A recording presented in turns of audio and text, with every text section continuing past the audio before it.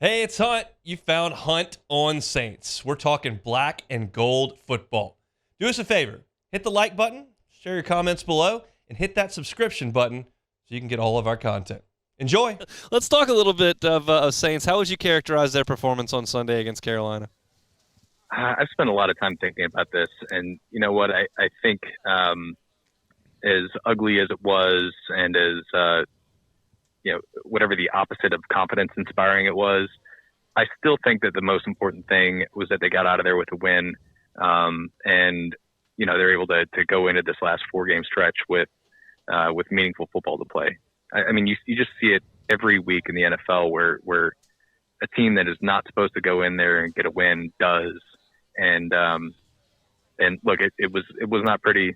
It's not a game I'm going to personally remember, but I mean, we'd be having a vastly different conversation if they lost that game right now. So I'm going to take it that way. I think there's a lot of stuff that doesn't carry over week to week in the NFL. It's so game plan dependent and single day dependent that I'm not going to overreact too much to what was kind of an ugly game.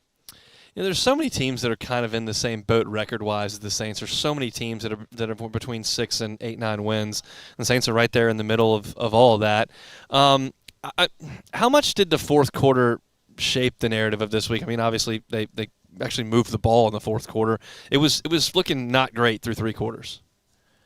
Yeah, I don't think it does. I don't think it does shape the narrative. I mean, the reality is they win it, and for as bad as Carolina is, they do have pretty good defense, right? But they struggled against them really badly, and the Saints right now are just in such a position where their narrative needs some surgery on it, and that's what I think a lot of people are hoping to see. It's like, okay, you guys have been scuffling all season long. Like you have a bad team at home, go beat the snot out of them. It's just, it's not what happened. And I think a lot of people are still frustrated. I think a lot of the players are still frustrated, even though they kind of ran away with the game late in the fourth quarter.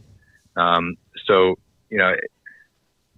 it's so late in the season. I don't know if we're going to see the version of the Saints that, we all thought was there, that we've seen flashes of. I just don't think we're going to see it consistently. It's just a matter of whether they can kind of stitch enough together to get themselves in the playoff picture here. And really the last 2 weeks of the season, those are the big ones when you're looking at ramifications and stuff like that.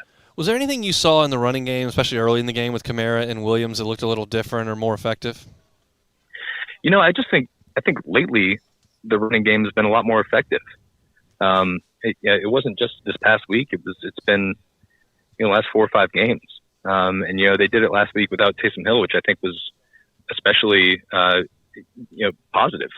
And if they are going to at all contend for a playoff spot, they've got to be able to run the football. It sets up everything with defense. So I think this was really the first time that we've seen them have a pretty effective running game and not move the football very well throughout the course of the game.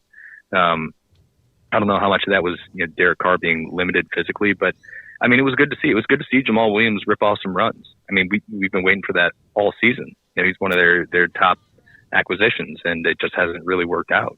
So it was good to see that, and it was good to see Kamara really get involved. And I think if you add Taysom Hill back in the mix, they have, I think their line's playing a lot better, and they could potentially run the ball well down the stretch, which would be just huge for what they do offensively. Obviously, you got 3 teams atop the South, and the Saints need to get to Week 18 tied with Atlanta at worst. And Atlanta's got Carolina this week. It feels to me like the Saints have to win 2 of the next 3 before that. Does it feel that way to you? Yeah, I mean, I think if you're looking at a realistic scenario where they make the playoffs, they've got to win 3 out of the last 4, really. Right. And frankly, they have to be. I think the most important game.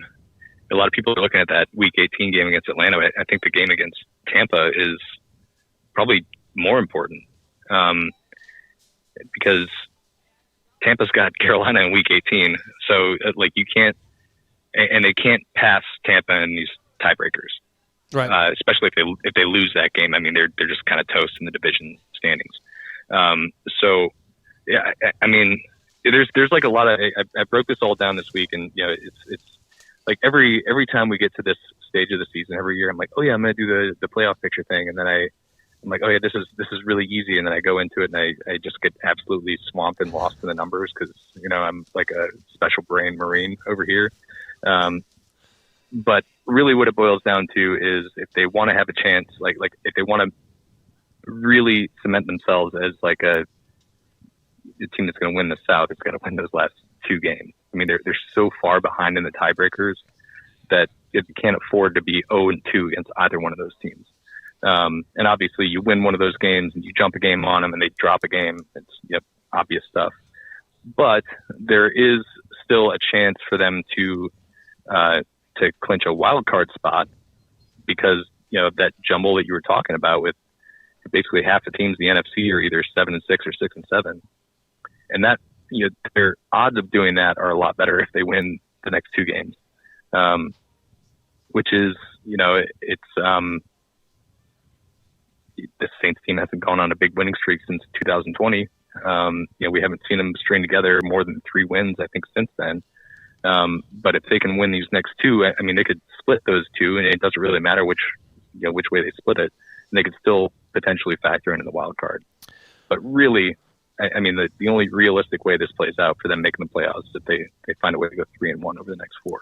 We'll talk about Tommy DeVito in a second, but the name that comes to my mind more quickly when I think about the Saints playing the Giants on Sunday is Kayvon Thibodeau and his 11.5 sacks, because I know there have been some times where the Saints just have had no answer for some teams' pass rush, and that goes back to the opener with Arden Key doing what he did, albeit against Trevor Penning. So what do the Saints need to do to keep that Giants pass rush at bay?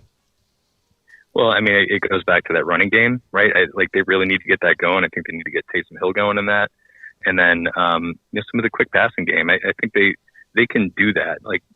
It doesn't have to just all be short, but I think when you look at the numbers this year, Derek Carr, his completion percentage is 17 points higher when he gets it out in under 2.5 seconds. His passer rating is 14 points higher. They can do that. And I think that helps neutralize some of the pass rush, especially if the running game is going. But it's a big concern this week. I mean, Thibodeau's been a beast this year. And then on top of that, you look in I think their last 3 games, they forced 12 turnovers. Mm-hmm.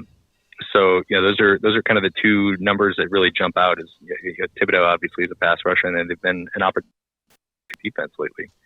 They've gone up against some bad quarterbacks, but Derek Carr hasn't really been playing at a super high level this year. So it's a big concern. And, I know you're going to ask me about DeVito, but this is a paramount for them in this game in particular to get out to an early lead, and to kind of take away some of the things the Giants do well, and that's running the football. That is, letting their kind of pass rush pin their ears back and get after Derek Carr. That is getting a lot of opportunities on the ball. So it's really important this week for them to actually start fast, just something they haven't done really all season long. So we'll see if they can actually do it this time. Here's a question you did not think you were going to get as of August the 15th of this year. Whose legs concern you more on Sunday, Tommy DeVito's or Saquon Barkley's? I can't even get through the question.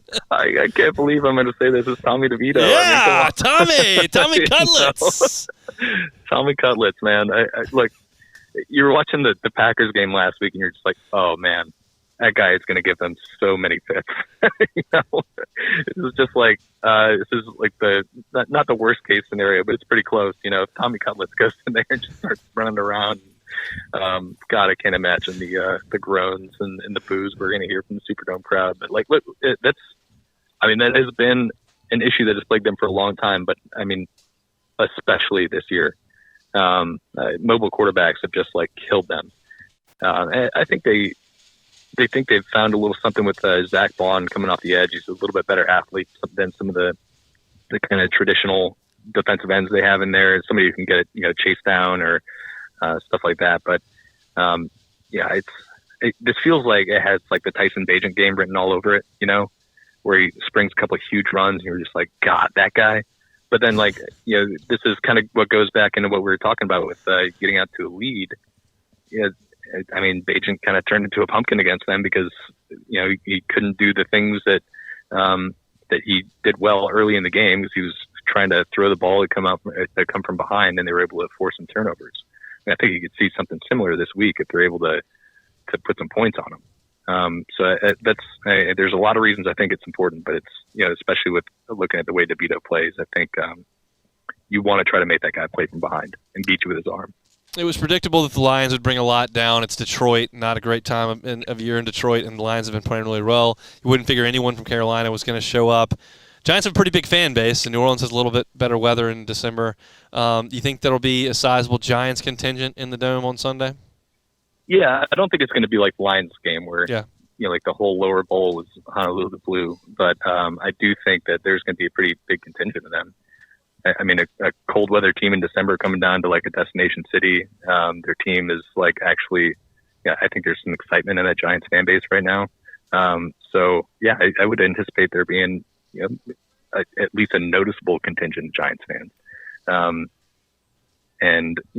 think that hasn't been great for the Saints lately. Like it's just been this like extreme apathy in the Superdome.